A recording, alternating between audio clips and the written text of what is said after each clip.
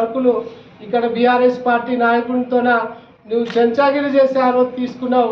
నీకు నిజాయితీ ఉంటే ఆ పనుల మీద విచారణకు వస్తాం. మేము రేపు సమాచార హక్కు చట్టం మీద తీసుకొని నువ్వు చేసినటువంటి లెఫ్ట్ కెనాల్ రైట్ కెనాల్లో నువ్వు ఆ కాలువ అలైన్మెంట్ అనేది ఎట్లా డిజైన్లో పాత డిజైన్ ఏముంది, నువ్వు మార్పించిన డిజైన్లు ఏమున్నాయి, నువ్వు ఎట్లా వర్క్ చేసింది అనేది నువ్వు తప్పకుండా చూపెడతాం. దీని మీద నువ్వు అనుకున్నట్లు ఏదో అవినీతి జరిగిందంటే ఆ అవినీతికి మూల పురుషుడు నీవే, మంత్రి గారు కాదు. మంత్రి గారిని తప్పుదో పట్టించి కోట్లాది రూపాయల వర్కులను తీసుకొని ఇక్కడ ఉన్నటువంటి నాయకులను కార్యకర్తల్ని మోసం చేసి నువ్వు మేఘా కంపెనీ పేరు మీద మేఘా మోసాలు చేసిన సంగతిని ప్రజల ముందు ఎండగడతాం. నిరంజన్ రెడ్డి గారి మీద లేనిపోని అపోహలు చేసి లేనిది ఉన్నట్లు ఉన్నది లేనట్లు ఒక అభూత కల్పన కల్పించి మీ గ్రహచారం బాగుండొచ్చేమో కానీ రేపు ఆ గ్రహచారం అనేది కింద పడ్డనాడు తెలుస్తుంది బిడ్డానికి సంగతి. మేమంతా కూడా నువ్వు అధికారం చేతిలో ఉందని భయపడము. ఇది ప్రజాస్వామ్యం, డెమోక్రసీ. ఇది ప్రజాస్వామ్య పద్ధతిగా మేము పోరాటాలు చేస్తాం. తెలంగాణ ఉద్యమంలో ఆనాడు కాంగ్రెస్ తెలుగుదేశం పార్టీలకు వ్యతిరేకంగా మేము పోరాటం చేసినాం. మిలియన్ మార్చ్ చేసినాం. ఎక్కడికక్కడ అడ్డుకున్నాం.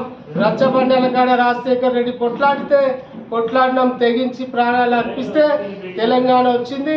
మరి ఆ తెలంగాణకు సంబంధం లేని విధవులందరూ కూడా ఇవాళ ఆ రోజు తెలంగాణ ఉద్యమం జరుగుతుంటే మీ ముఖ్యమంత్రి జూనియర్ ఎన్టీఆర్ పాదయాత్రలో పాదాలు తుడిచిన విధవ ఈరోజు మాట్లాడుతున్నాడు. నిజంగా మేము కూడా ఆత్మగౌరవంతోనే ఉన్నాం.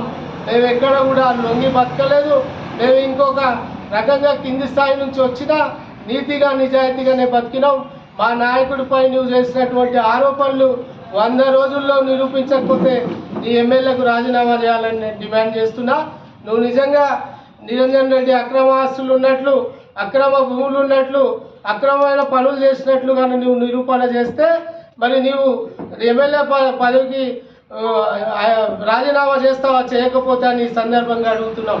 ఎందుకంటే ప్రజల తీర్పు అనేది ఇవాళ నిన్ను చూసి ఓట్లు వేయలే, కాంగ్రెస్ పార్టీని చూసేసిర్రు. కాంగ్రెస్ గాలి వీస్తుంది ఇక్కడ తెలంగాణలో. మరి నీకన్నా ఇంకా చాలామంది కొత్తగా వచ్చినటువంటి సభ్యులు కూడా గెలిచిర్రు. గౌరవులు చిన్నారెడ్డి ఉంటే ఇంకా మెజార్టీతోనే గెలిచేటోళ్ళేమో.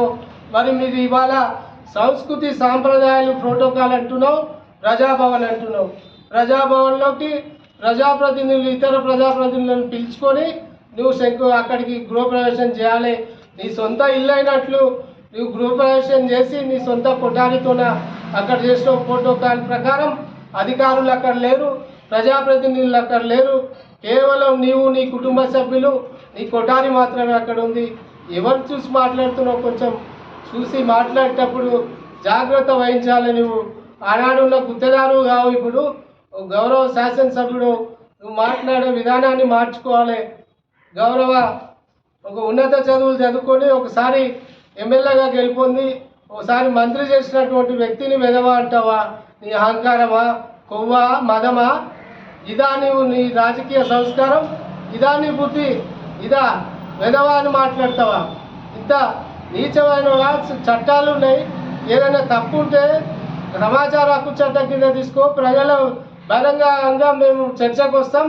నువ్వు ఎక్కడ అవినీతి జరిగిందో, ఎక్కడో నీకు విద్య లేదు అని మేము అనలేదు, కానీ నీవు అవివేకివి, అజ్ఞానివి అని మేము అంటున్నాం ఇవాళ. ఎందుకంటే నీవే మాట్లాడుతున్నావు నీతి నియమాల గురించి, నీవే మాట్లాడుతున్నావు ఆత్మగౌరవం గురించి. ఎవరి ఆత్మగౌరవాన్ని వాళ్ళు దెబ్బతీస్తున్నావు అని గౌరవ ఎమ్మెల్యే గారికి మరొక్కసారి హెచ్చరిస్తున్నాం.